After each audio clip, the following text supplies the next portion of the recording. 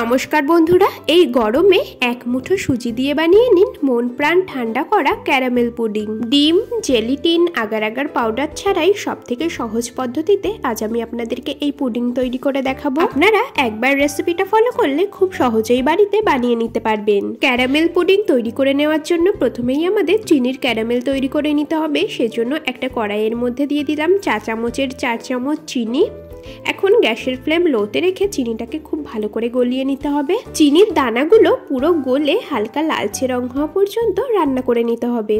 তো দেখুন বন্ধুরা, ক্যারামেলটা হালকা লালচে রং হয়ে এসেছে। এটাকে কিন্তু খুব বেশি ডিপ করে তৈরি করা যাবে না, তাহলে ক্যারামেলটা তেতো হয়ে যেতে পারে। চিনির ক্যারামেলটা সুন্দরভাবে তৈরি করে নিয়েছি। এর থেকে কিন্তু আর বেশি জাল করব না। যে বাটিতে আমরা পুডিং সেট করব সেই বাটিতে এখন ক্যারামেলটা ঢেলে নেব। আমি এইরকম একটা অ্যালুমিনিয়ামের বাটি নিয়ে নিয়েছি। আশা করছি এইরকম বাটি সবার বাড়িতেই আছে। যদি না থাকে তবে আপনারা স্টিলের বাটি ব্যবহার করতে পারেন। বাটিটাকে প্রথমে কিন্তু খুব ভালো করে গরম করে নিয়েছি, তারপর চিনির ক্যারামেলটা বাটিতে ঢেলেছি। বাটি আগে একটু গরম করে নিলে খুব সুন্দরভাবে ক্যারামেল বাটির চারিদিকে ছড়িয়ে যায়। আর বাটি যদি গরম না করা হয় তাহলে কিন্তু ক্যারামেলটা এক জায়গায় জমাট বেঁধে যেতে পারে। তো যাই হোক, বাটির চারিদিকে ক্যারামেল খুব ভালোভাবে ছড়িয়ে নিয়েছি। এখন বাটিটাকে সাইডে সরিয়ে রাখবো। এদিকে আরো একটা বাটি নিয়ে নিয়েছি আর এর মধ্যে নিয়ে নিচ্ছি 5 চামচ কাস্টার্ড পাউডার। এখানে আমি ভ্যানিলা ফ্লেভারের কাস্টার্ড পাউডার ব্যবহার করছি। আপনারা চাইলে নিজেদের পছন্দ অনুযায়ী অন্য যে কোনো ফ্লেভারের কাস্টার্ড পাউডার ব্যবহার করতে পারেন।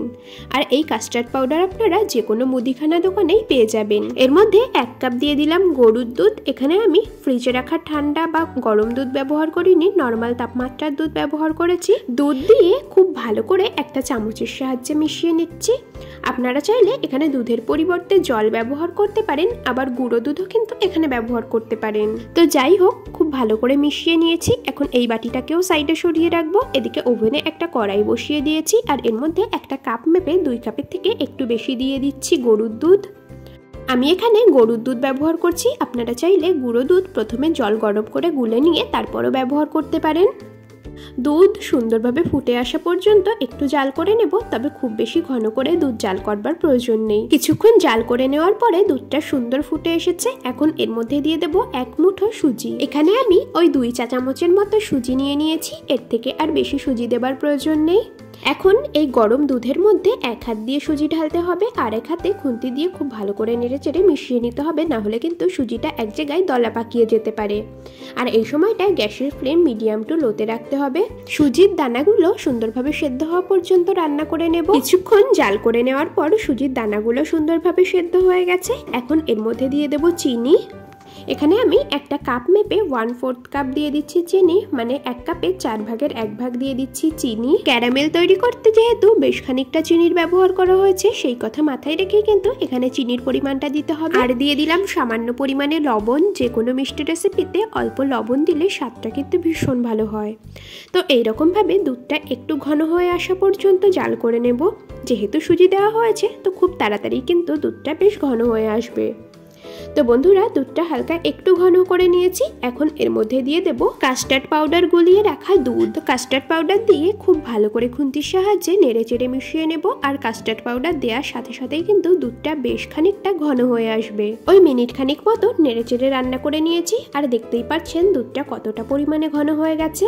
তো পুডিং এর মিশ্রণটা আমাদের প্রায় কিন্তু রেডি হয়ে এসেছে। এর থেকে আর খুব বেশি ঘন করবার প্রয়োজন নেই, কারণ ঠান্ডা হলে এটা আরো একটু ঘন হয়ে যাবে। পুডিং এর জন্য মিশ্রণটা আমাদের একদম কমপ্লিট হয়ে গেছে। এখন গ্যাসের ফ্লেম অফ করে দেব আর এটাকে খুব ভালো করে ঠান্ডা করে নেব। পুডিং এর জন্য যে মিশ্রণটা তৈরি করে রেখেছিলাম সেটা খুব ভালো করে ঠান্ডা করে নিয়ে তারপর ওই ক্যারামেল সেট করা যে বাটিটা তার মধ্যে ঢেলে নিয়েছি। মানে চিনির ক্যারামেলটা বাটির নিচে রয়েছে, তার উপরে পুডিং এর মিশ্রণটা ঢেলে খুব ভালো করে হাত দিয়ে একটু ড্যাব ড্যাব করে নিলাম। এতে করে মিশ্রণটা বাটির চারিদিকে সমানভাবে ছড়িয়ে পড়েছে। এখন এরকম একটা ফয়েল পেপার নিয়ে মুখটা খুব ভালো করে বন্ধ করে নিচ্ছি। আপনাদের কাছে যদি ফয়েল পেপার না থাকে তবে আপনারা যে কোনো ঢাকনা দিয়ে বাটিটাকে ঢেকে নিতে পারেন। তো ফয়েল পেপার দিয়ে খুব ভালো করে বাটির মুখটা আটকে নিয়েছি। এদিকে ওভেনে একটা পুরনো কড়াই বসিয়ে এর মধ্যে দিয়ে দিচ্ছি ওই 2.5 কাপের মতো জল। তবে খুব বেশি পরিমাণে জল দেওয়া যাবে না, তাহলে জলটা ফুটে আসলে বাটির মধ্যে ঢুকে যেতে পারে। তো এখানে আমি ওই 2.5 কাপ মতো জল দিয়ে জলটাকে খুব ভালো করে গরম করে নিয়েছি। এরপর পুডিং সেট করার যে বাটিটা, সেই বাটিটা ধরে বসিয়ে দিলাম। এখন কড়াইটাকে একটা ঢাকনা দিয়ে ঢেকে দেব। আর কড়াইয়ের মাঝখানে যে ছিদ্রটা রয়েছে এটাকে একটা কাগজের সাহায্যে বন্ধ করে নেব, যাতে ভেতর থেকে ভাপ বাইরে না বেরোতে পারে। আর এইরকমভাবে পুডিংটাকে 10 মিনিটের জন্য ভাপিয়ে নেব। তো বন্ধুরা 10 মিনিট পর চলে এলাম। এখন ঢাকাটা খুলে নেব। এরপর এই ফয়েল পেপারটা তুলে একটু চেক করে নিতে হবে যে পুডিংটা খুব ভালোভাবে সেট হয়েছে কিনা। বন্ধুরা পুডিং একদম সুন্দরভাবে সেট হয়ে গেছে। এখন এই বাটিটা নিচে নামিয়ে নেব। পুডিংয়ের বাটিটাকে নিচে নামিয়ে নিয়ে কিছুক্ষণ ঠান্ডা করে নিয়ে তারপর 2 ঘন্টার জন্য ফ্রিজে রেখে দেব। পুডিং একটু ঠান্ডা হলেই খেতে বেশি ভালো লাগে। তো 2 ঘন্টা ফ্রিজে রাখার পর ফ্রিজ থেকে বার করে নিয়েছি। পুডিং ফ্রিজে রাখাতে আরও সুন্দরভাবে সেট হয়ে গেছে। আর দেখুন কত সহজেই বাটি থেকে ছেড়ে আসছে। পুডিংটাকে এখন একটা প্লেটের মধ্যে নামিয়ে নেব। সেজন্য দেখুন একটা প্লেট নিয়ে বাটির উপরে চাপা দিয়ে দিয়েছি। এখন বাটিটাকে প্লেটের মধ্যে উল্টে নেব। এইরকমভাবে বাটি থেকে পুডিং বার করলে পুডিংটা একটুও ভাঙবে না, সুন্দরভাবে বাটি থেকে ছেড়ে আসবে। তো দেখতেই পাচ্ছেন কত সুন্দরভাবে বাটি থেকে পুডিংটা বেরিয়ে এসেছে। পুডিংটাকে এখন পিস করে কেটে নেব। আমি এইরকম লম্বা লম্বা পিসে কেটে নিচ্ছি। আপনারা নিজেদের পছন্দ অনুযায়ী পিস করে কেটে নিতে পারেন।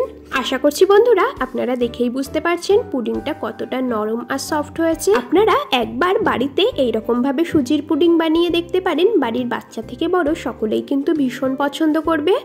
আর আমার এই রেসিপিটা দেখে যদি পুডিং তৈরি করেন তবে অবশ্যই কিন্তু আমাকে কমেন্টস করে জানাবেন রেসিপিটা আপনাদের কেমন লেগেছে। বন্ধুরা আরও একটা কথা আপনাদের সাথে শেয়ার করে নিই। আজ আমার এই রেসিপিটা দেখতে যদি নতুন কোনো বন্ধু এসে থাকেন তবে প্লিজ চ্যানেলটি সাবস্ক্রাইব করে বেল নোটিফিকেশন অলে সেভ করে দেবেন, যাতে আমি নতুন কোনো ভিডিও আপলোড করা মাত্রই সবার আগে আপনার কাছে পৌঁছয়। পিস করে কেটে নেওয়া পুডিং একটা প্লেটের মধ্যে সার্ভ করে নিয়েছি আর চামচের সাহায্যে একটু কেটেও দেখিয়ে দিলাম। আশা করছি আপনারা বুঝতেই পারছেন পুডিংটা কতটা নরম হয়েছে। মুখে দেওয়ার সাথে সাথেই একেবারে মিলিয়ে যাবে। আমাদের আজকের এই রেসিপিটি সম্পূর্ণ দেখার জন্য আমার সকল বন্ধুদেরকে অসংখ্য ধন্যবাদ জানিয়ে আজ এখানেই শেষ করছি। আবার দেখা হবে পরবর্তী কোনো রেসিপির সাথে। ততক্ষণ সকলে ভালো থাকবেন, সুস্থ থাকবেন।